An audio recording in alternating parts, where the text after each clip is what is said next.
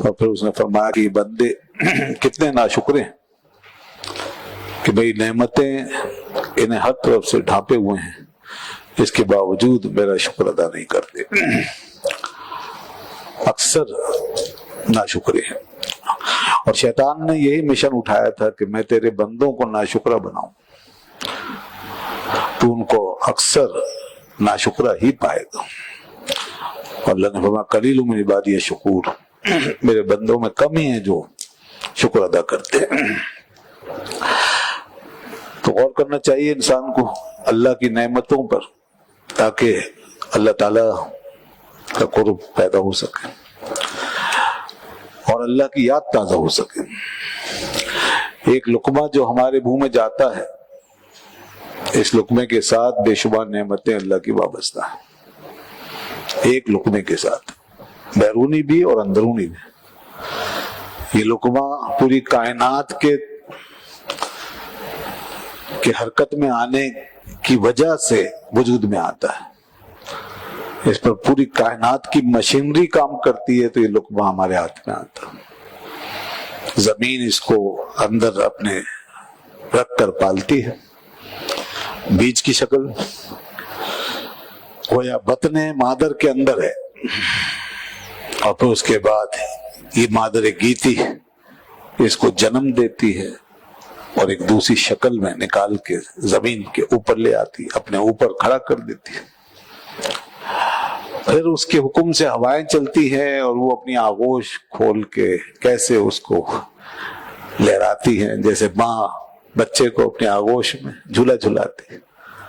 हवाएं उसको लगती रहती है, जिससे उसके अंदर हरकत और नमू पैदा होता है। तो इतना बड़ा सूरज आता है, वो अब सिकाई करता है, उसको धूप पहुंचाता है, गर्मी पहुंचाता है। फिर मौसम है जो उसके माहौल को बदलते हैं।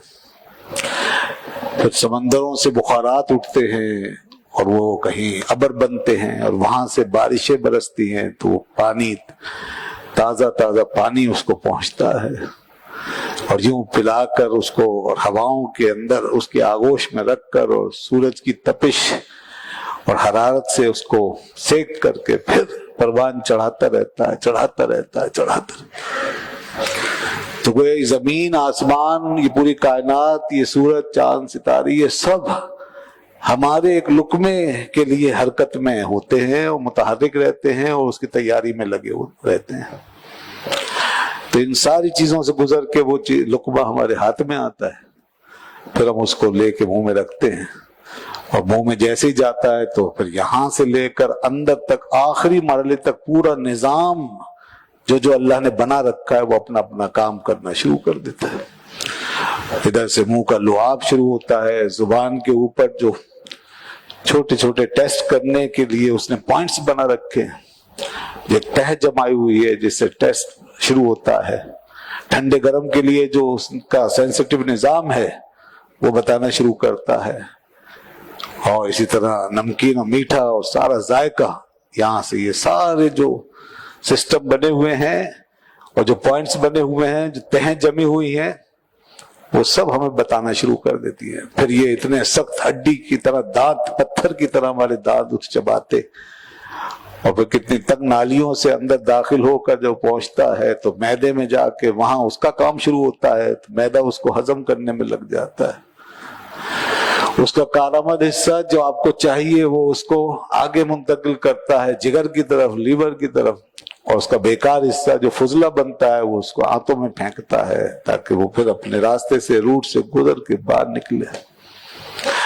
और इधर उसके अंदर जितना मग्ज था और जितना आपके लिए तवानाई थी, विटामिन्स थे वगैरह वगैरह, वो सब जिगर के हवाले, जिगर फिर उसको अपने अंदर रख करके एक और प्रोसेस से गुजारता है। जिगर का प्रोसेस शुरू होता है तो फिर खून तक पहुंचाता है, उसको अलग अलग हिस्सों में बांट के खून तक पहुंचाया। खून में जब चला जाता है तो फिर वो सारी जिस्म में दौड़ करके फिर इसी तरह हमारी हड्डियों को, हमारे गोश्त को, हमारे दिमाग को, पूरे वजूद को फिर वो जिंदगी बख्शता है। मौलाना रूम रहमतुल्लाह अलैह फरमाते हैं कि ए नादान, एक लुकमे पे गौर कर कि कुदरत ने اس کو کہاں سے اٹھایا اور پھر کس طرح یہ لقمہ گزرتے گزرتے تیرے اندر لقمان بن گیا. انہوں نے کہا لقمے سے لقمان بن گیا. لقمان سے مراد عقل، دماغ، جس کے ذریعے پھر آپ چلتے ہیں. تو یہ اس کی شان. تو یہ بات بتائی آج اللہ نے کہ اگر تم اس کی نعمت کو گنو تو تم شمار نہیں کر سکو گے. ایک لقمے کا یہ حال ہے تو باقی اور چیزیں پھر ان کا کیا حال ہوگا. ایک ایک سانس میں اس کی نعمت اور اس سے کتنے فوائد. ہماری زندگی کا سارا دار و مدار اس پہ. جو باہر آتی ہے اس سے کیا کچھ ہمیں میسر ہوا. کتنی کثافتیں، جراثیم، کاربن ڈائی آکسائڈ سب نکلی باہر. اور اس کے بعد جب اندر گئی تو آکسیجن وغیرہ یہ لے کر اندر پہنچ گئی اور اس طرح زندگی کی گاڑی چلتی رہی ایک ایک سانس کے ساتھ. وَمَا بِكُم مِّن نِّعْمَةٍ فَمِنَ اللَّهِ. اللہ نے فرمایا یہ جو بھی نعمت ہے نا یہ سب اللہ کی طرف سے، سب اللہ کی طرف سے. تو ہم یاد کرتے ہیں اس کو. بعض بزرگوں کے بارے میں نے پڑھا کہ ان کا یہ حال تھا، لقمہ کھایا الحمدللہ، دوسرا لقمہ لیا الحمدللہ، تیسرا لیا الحمدللہ. کیا بات. پانی کا گھونٹ پیا الحمدللہ، دوسرا گھونٹ پیا الحمدللہ. یہ ہے وہ چیز. ایسے ہی یاد کرنا چاہیے. اور جب تک انسان ہر وقت انسان اس کی نعمت سے لطف اندوز ہو رہا ہے تو ہر وقت ذہن میں، دماغ میں اس کا شکر کا جذبہ بسا رہنا چاہیے. یا اللہ تیرا شکر ہے، مالک تیرا کرم ہے، تو اگر یہ نہ کرتا تو میرے ساتھ کام ہوتا ہی. حتیٰ کہ مصیبت اور تکلیف میں بھی اس کا شکر ہے بس. کیونکہ ہر مصیبت پہ ایک بڑی مصیبت ہے، ہر ایک مصیبت پہ بڑی مصیبت. تو شکر اس بات پر کہ بڑی مصیبت سے بچا لیا، چھوٹی بھیج دی ہے. اور سب سے بڑا شکر اس بات کا کہ ایمان سلامت ہے. اس سے بڑی تو کوئی نعمت نہیں ہے نا. آدمی کے اوپر کچھ بھی گزر جائے، اگر ایمان سلامت ہے تو اس سے بڑی کوئی نعمت نہیں. یہ اللہ تیرا شکر ہے کہ تو نے ایمان دے رکھا ہے. ورنہ دنیا میں ہم سے زیادہ کافر پڑے ہوئے. تو اگر کافروں میں چلے جاتے اور تیرے خلاف ہو جاتے، تیرے دشمن بن جاتے تو ہمارا کیا ہوتا. تو یہ سب اس کی نعمت ہے.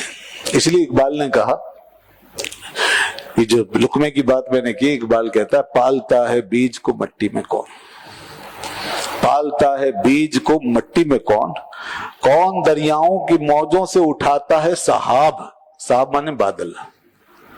کون دریاؤں کی موجوں سے اٹھاتا ہے سحاب، کون لایا کھینچ کر پچھم سے بادے سازگار. یہ زمیں کس کی ہے، کس کا ہے یہ نور آفتاب. کس نے بھر دی موتیوں سے خوشہ گندم کی جیب، کس نے بھر دی موتیوں سے خوشہ گندم کی جیب. کس نے سکھلائی ہے موسموں کو ہوئے انقلاب. وہی تو ہے جو نظام ہستی چلا رہا ہے، وہی خدا ہے، وہی خدا ہے، وہی خدا ہے.